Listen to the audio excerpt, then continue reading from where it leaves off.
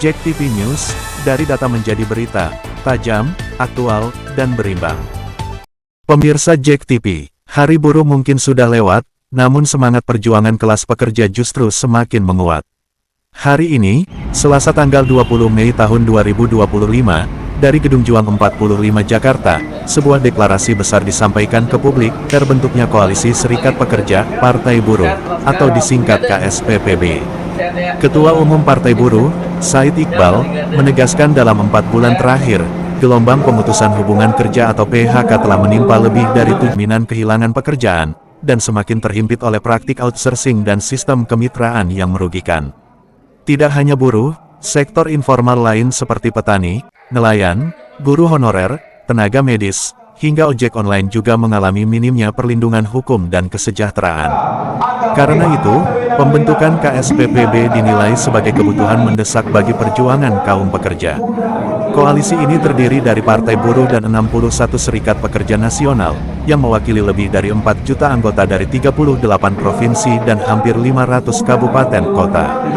Dalam deklarasi bernama Koalisi Serikat Pekerja Partai Buruh, yang disingkat dengan KSPPB.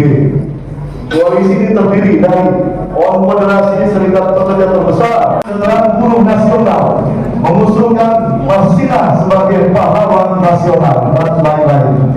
Untuk disampaikan kepada pemerintah sebagai masukan, menggantikan peraturan pemerintah yang sudah tidak berlaku lagi digunakan adanya keputusan Mahkamah Konstitusi nomor 108 dari PUU Garing 21 Romawi dari 2003 atau lain peraturan pemerintah yang harus dihapus dan diganti sesuai dengan permendakan adalah PP 34, PP 35 dan PP 30 dan sebagainya. Kelima, terbangunnya koalisi dan perjuangan bersama antara Partai Buruh dengan Koalisi Serikat Pekerja serta aliansi masyarakat sipil lainnya untuk memperjuangkan hak kesejahteraan kelas pekerja atau working class. Demikian, dengan deklarasi ini, Koalisi Serikat Pekerja Partai Buruh, maka kerja-kerja organisasi kedepannya dilakukan dengan. Mari kita beri aplaus buat KSPPB.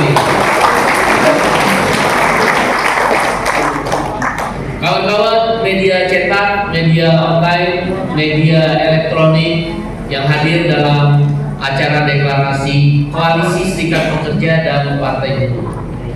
Pada hari ini, 20 Mei 2025, di Gedung Juang 45 Menteng, Jakarta, sengaja dipilih untuk mendeklarasikan poros atau koalisi perjuangan daripada kelas pekerja atau kita kenal dengan working class. Gedung ini punya catatan sejarah di mana di gedung inilah dilancarkan perlawanan terhadap perjuangan untuk kemerdekaan Republik Indonesia.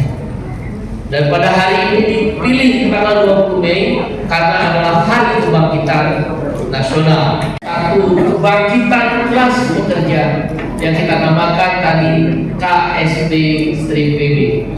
Kawan-kawan media yang kami hormati, KSPPB terdiri dari satu Partai Buruh. Jadi Partai Buruh memang koalisi kerakyatan antara lain Serikat Petani Indonesia, kemudian juga ada nelayan, ya, ada juga organisasi perempuan. Kita berhadapan dengan DPR, 8 partai politik. Mau di major Pak, artinya kan ada 10 pekerja mitra Gojek akan pekerja dari kita masuk seperti apa? Sebenarnya driver Grab dan Gojek itu memang mereka satu orang driver sudah tidak aplikasi.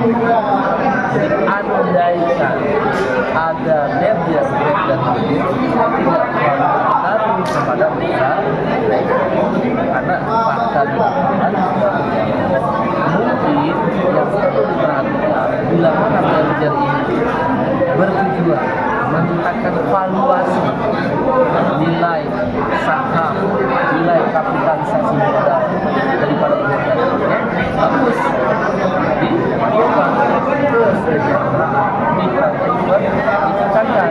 Misal tadi biaya sewa aplikasi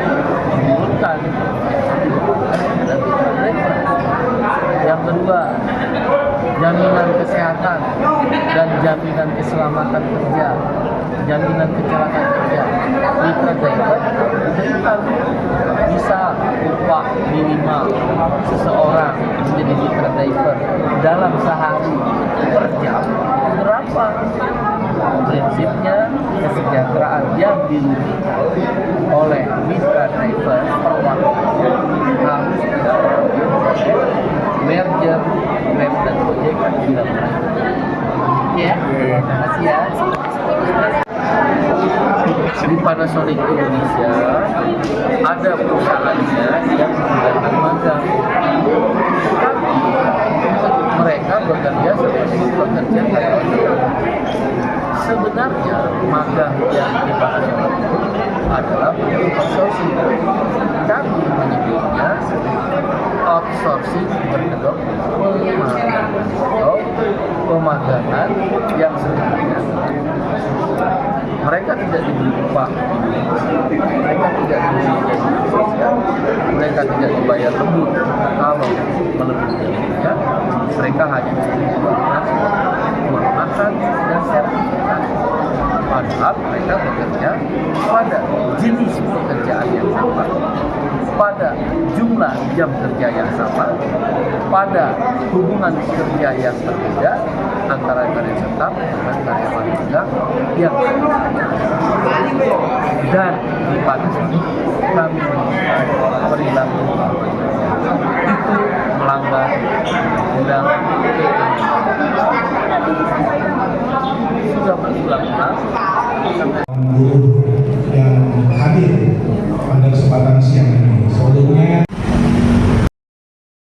Reporter Jack TV melaporkan.